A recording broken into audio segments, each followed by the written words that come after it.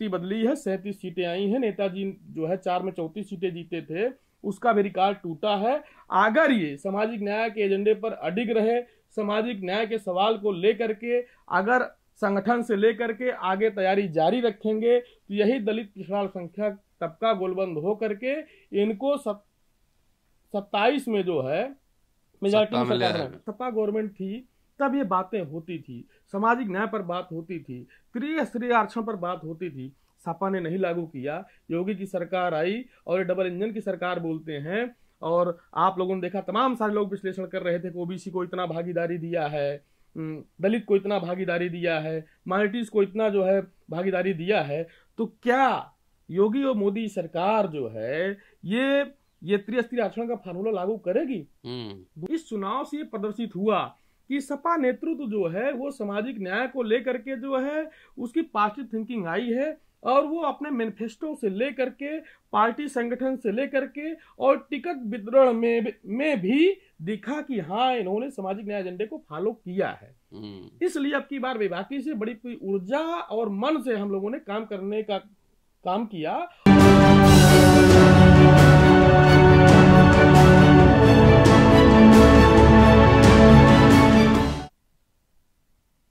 अम्बेडकरनामा में कई तरह के इंटेलेक्चुअल्स, एक्टिविस्ट, तमाम ऐसे लोगों को इंस्पायरिंग स्टोरी, उद्यमियों के बारे में आपको यदाकदा में वीडियो बनाकर सुनाता हूँ।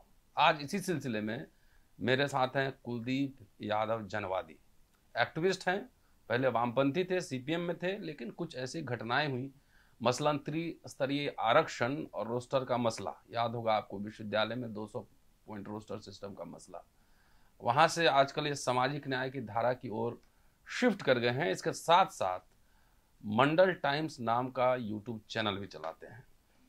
आज ये समझेंगे इनसे कि आखिर जो इनका ट्रांसफॉर्मेशन हुआ है वामपंथ से, अब तो वामपंथ भी सामाजिक न्याय की बात कर ही रही है, कैसे हुआ है ट्रांसफॉर्मेशन, त्रिस्तरीय आरक्षण क्या था और भविष्य में सामाजिक न्याय को लेकर जो भी होने वाला है उसके लिए क्या रणनीति है। उत्तर प्रदेश के रहने वाले हैं, लगातार सामाजिक राजनीतिक मुद्दों पर लगातार मुखर रहते हैं, तो कुलदीप से समझने की कोशिश करते हैं कि आखिर इतनी लैंडस्लाइड विक्ट्री हुई उत्तर प्रदेश में, उसकी क्या वजह थी, क्या अखिलेश यादव का पीडीए फॉर्मूला काम कर गया या कुछ और बात थी। तमाम पहलुओं को समझने की कोशिश करेंगे। स्वागत है कुलदीप। बहुत धन्यवाद सर। जी बताइए, त्रिस्तरीय आरक्षण और रोस्टर दो इम्पोर्टेंट लैंडमार्क है। जी सर, शुरू करते हैं 2013 में जो अगस्त से शुरू हुआ त्रिस्तरीय आरक्षण मूवमेंट। पहली बात तो सपा सरकार बनने के बाद 2012 में पूर्ण बहुमत की पहली बार ऐसा हुआ कि कोई पिछड़ा जो है लोक सेवा आयोग का अध्यक्ष बनाया गया। कौन थे? अनिल यादव जी। अच्छा, आगरा वाले जी। उनके दिमाग में विचार आया, उन्होंने जब एनालाइज किया, चरणवार जब से लोक सेवा आयोग का गठन हुआ है तब से लेकर के सन 2013 तक का आंकड़ा उन्होंने जुटाया, तो उन्होंने देखा कैसे जो दलित पिछड़ी जातियां हैं या दलित पिछड़े समाज के जो लोग हैं या मेधावी जो छात्र हैं, उनको कैसे हर दरवाजे पर ब्रेक लगाया जा रहा है। तो उन्होंने एक मसौदा तैयार किया कि आरक्षण को प्रभावी बनाने के लिए, एक तो होता है आरक्षण को निष्प्रभावी बनाने के लिए कुछ विशेष अभिजात तबके के लोगों ने बैरियर लगा रखे हैं। तो उस चीज को अनिल यादव जी ने गहन अध्ययन करने के बाद समझा कि कहाँ ये ओबीसी, एससी और एसटी को कहाँ रोका जा रहा है, इनको जो है इनका जो आरक्षित कोटा है वो क्यों नहीं पूरा हो रहा। भर्ती कैलेंडर के हिसाब से देख ले या गठन से लेकर के 2012 तक का आंकड़ा देख ले, तो इन्होंने जो मेन वजह देखी, जो हम लोगों की भी चर्चा उस दौर में हुई थी, तो उन्होंने पाया कि हमारे लोगों को प्री एग्जाम जब होता है, प्रीलिम्स में रिजर्वेशन नहीं दिया जाता, वहां रोक देते हैं। मेन एग्जाम में कोई रिजर्वेशन नहीं होता है, इंटरव्यू में कोई रिजर्वेशन नहीं होता, ऑल ओवर जो मेरिट बनती है उस पर रिजर्वेशन देते थे। यानी जब एक दरवाजा आपने 3 दरवाजे लगा रखे हैं, फिल्टर कर दिया आपने, आधे लोगों को वहां रोक दिया, उसके बाद फिर दूसरे दरवाजे पर रोक रहे हैं, फिर तीसरे दरवाजे पर रोक रहे हैं। इन्होंने कहा नहीं, हम चरणवार जो है रिजर्वेशन को फॉलो करेंगे, जो कि संविधान सम्मत है और विधि संगत भी।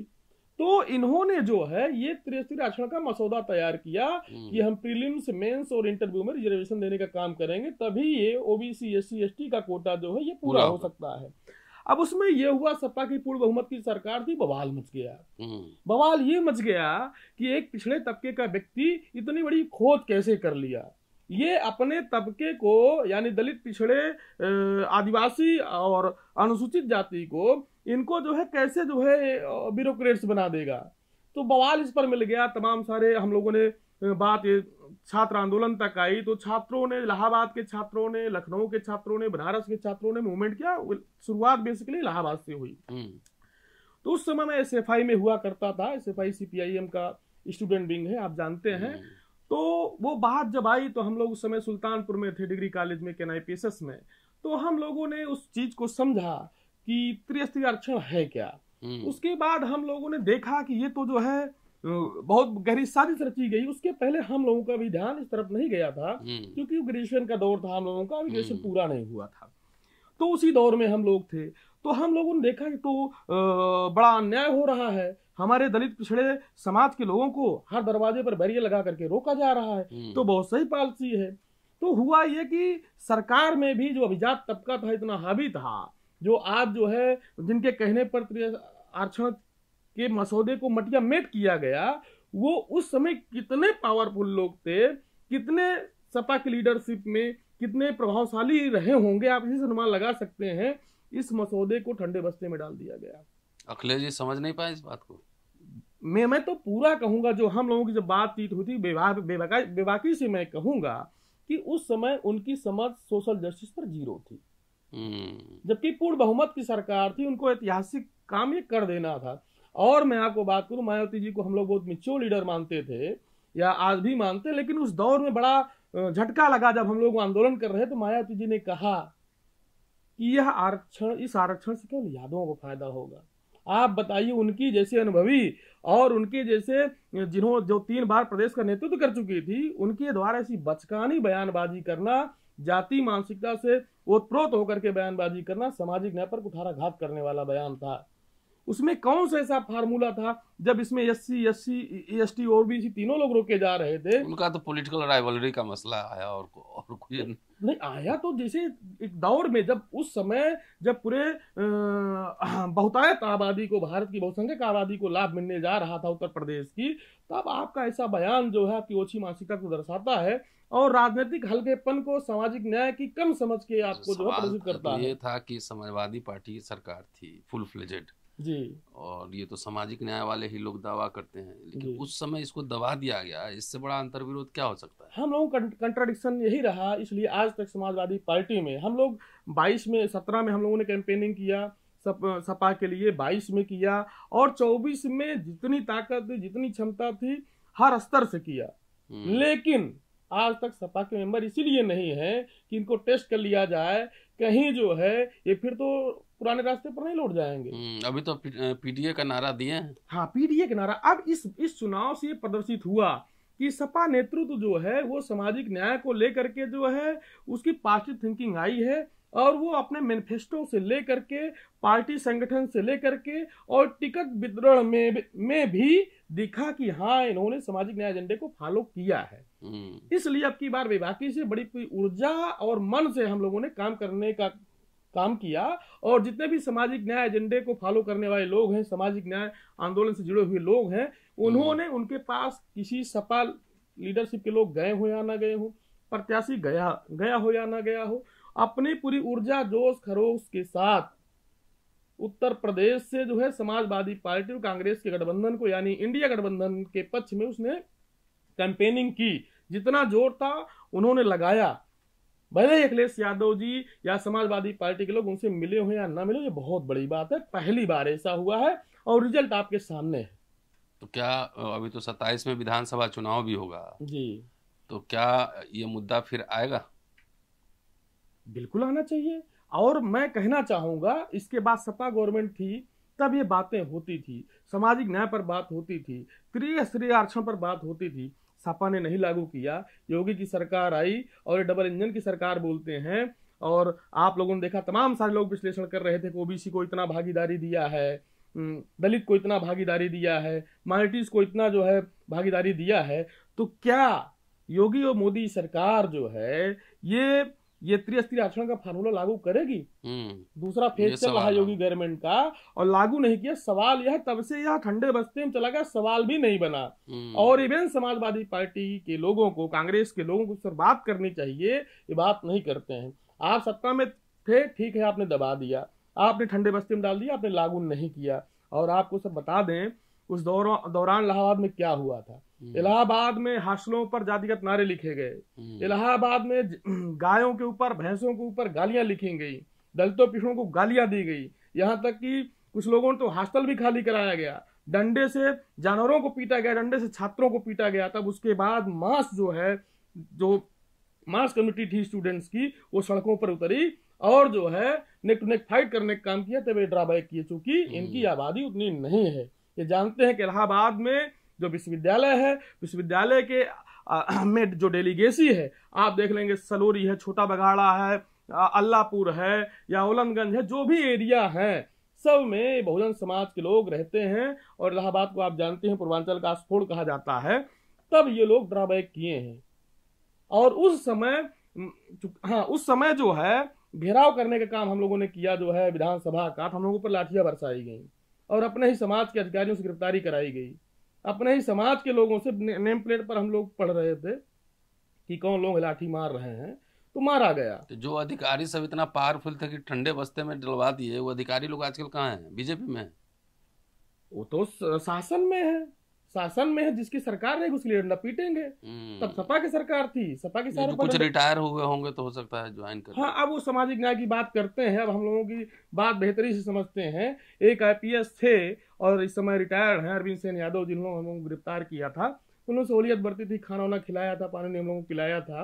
और कुछ ऐसे भी ऑफिसर थे, कुछ लोग अभी ड्यूटी में हैं, वो उन्होंने छात्रों के लिए जो आंदोलनकारी थे उनके लिए खाने की व्यवस्था की, पानी की व्यवस्था की और प्रयास ये किया कि डंडा फटका लेकिन मारे नहीं। और कुछ लोग अपना नंबर बढ़ाने के लिए लाठी भी चलाए। तो स्थिति ये थी। उस समय मैं स्टूडेंट फेडरेशन ऑफ इंडिया में हुआ करता था और कम्युनिस्ट पार्टी विधानसभा गेट नंबर 4 के सामने जो है कम्युनिस्ट पार्टी कार्यालय है और पीछे ही धरना स्थल हुआ करता था दारुल सफा में, जो कि आज हटा करके रमाबाई मैदान में कर दिया, लक्ष्मण झूला पार्क में हो गया है। तो वहां जो है हम लोग धरना दे रहे थे और प्रशासन ने अल्टीमेटम दिया कि आप लोग विधानसभा घेराव नहीं करोगे, नहीं तो लाठीचार्ज होगा। तो हम लोग वहां से निकल करके जैसे ही गेट नंबर 4 की तरफ बढ़ते हैं, लाठीचार्ज होता है और तमाम आंदोलनकारी घायल होते हैं। उसके बाद ये जो आंदोलन था, त्रिस्तरीय आरक्षण आंदोलन, ये गांवों तक पहुंचा और छोटे छोटे शहरों में, हर जिलों में उत्तर प्रदेश के पहुंचा, 75 जिलों में। एक जो है नाराजगी सरकार के विरोध में पैदा हुई। जो सन 2014 का लोकसभा चुनाव था, उसी का परिणाम रहा कि सपा की सीटें 5 आई। पूरा जिस दलित पिछड़े तबके ने फुल मेजॉरिटी दी थी सपा को, जहां तक हमें याद है शायद 224 सीट हुआ करती थी, वो घट करके 5 सीट पर लोकसभा चुनाव में आ गए। ऐसा नहीं कोई मोदी का जादू चल गया, इसमें आपको समझना होगा। बहुत विधानसभा में 224 सीटें थी, 224 सीटें थी 12 के चुनाव में।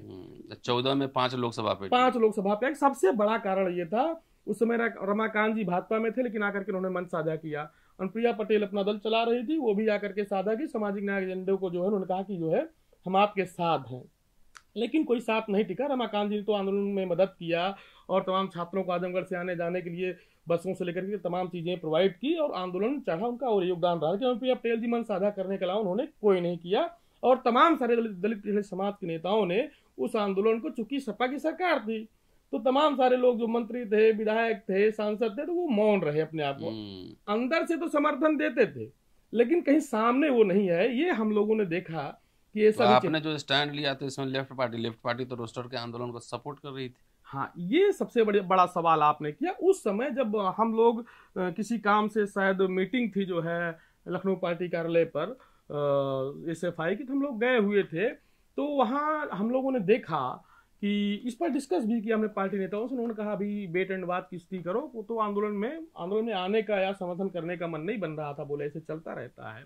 तो चूंकि हम लोग सामाजिक न्याय के सवाल पर जो है SFI में रहते हुए गोष्ठियां करते थे, सेमिनार करते थे, सम्मेलनों में जो है सामाजिक न्याय की बातें होती थी, तो हमने कहा जब युद्ध छिड़ा हुआ है और इस तरीके से छात्र मारा जा रहा है, और वहाँ जो है इलाहाबाद से भी रिपोर्टिंग आ रही है कि गाय भैंस के जो है उस पर रंग कलर से लिखा जा रहा है जातिगत, अहिर को, कुर्मी को, चमार को, मतलब इस तरह की गालियां लिखी गई जातिगत जो है। और उसके बाद भी अगर आप आंदोलन में नहीं आते तो कैसे मान लें सामाजिक न्याय के एजेंडे पर आप खड़े हैं, साथ खड़े हैं। तो हमने जो अपने साथियों के साथ SFI, उनका आप जाना चाहे तो आप जा सकते हैं, SFI पर पार्टी होल्ड नहीं करेगी। तो हम लोग गए, आंदोलन में भागीदारी किए, वहां हम लोग भाषणों में भी हिस्सा लिए। उसके बाद विधानसभा घेराव से लेकर के जितनी भी गतिविधियां हुई हम लोग साथ रहे।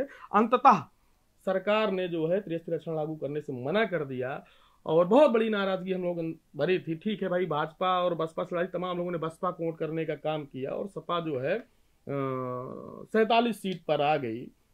उसके बाद चुनाव में सबसे बड़ा कारण यह था, जो लोग मोदी मैजिक बताते हैं, जहां तक मेरा मानना है सबसे बड़ा कारण था 2022 में जो दलित पिछड़ा अल्पसंख्यक एकजुट होकर के वोट दिया था, सपा की मेजॉरिटी की सरकार बनाया था, वो जो है इस त्रिस्तरीय आरक्षण को तहस नहस करने के बाद, ये सामाजिक न्याय का जो मसौदा था उसको ठंडे बस्ते में डालने के बाद दलित पिछड़ा वोटर शिफ्ट हुआ था।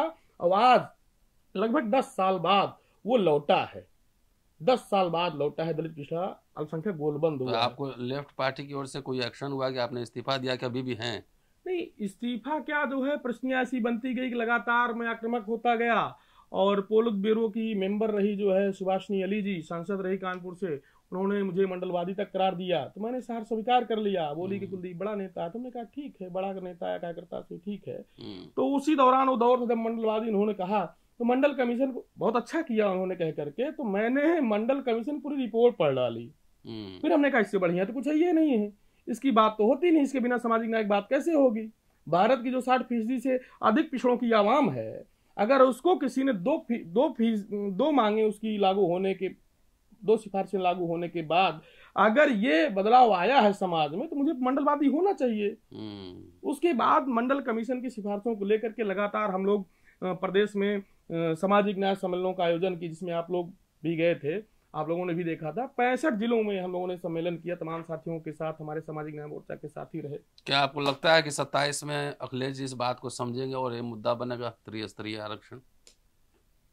जो हम आप बातचीत कर रहे हैं, जो लोग मोदी मैजिक की बात करते हैं, जैसे मैंने कहा कि 12 में फुल फेज में समाजवादी पार्टी को दलितों पिछड़ों ने वोट दिया, उसके बाद 14 में 5 आए, 19 में गठबंधन करने के बाद बसपा से 15 सीटें आई। आज सामाजिक न्याय के एजेंडे पर उन्होंने काम किया, सामाजिक न्याय एजेंडे के आधार पर दलितों पिछड़ों को अपनी पार्टी में भागीदारी देने का काम किया, राष्ट्रीय महासचिव, राष्ट्रीय उपाध्यक्ष, प्रवक्ता बनाया। उसके बाद सबसे बड़ी बात, 24 के चुनाव में उन्होंने दलितों पिछड़ों को बाकायदा भागीदारी दी। इसके बाद जो, जबकि समाजवादी का कोर वोटर की भागीदारी सबसे कम रही, यादव और मुस्लिम जो है 5 ही टिकट दिए थे और 5 मुसलमान को टिकट दिए थे। उसके बाद आप देख लीजिए कि स्थिति बदली है, 37 सीटें आई हैं। नेताजी जो है 4 में 34 सीटें जीते थे, उसका भी रिकॉर्ड टूटा है।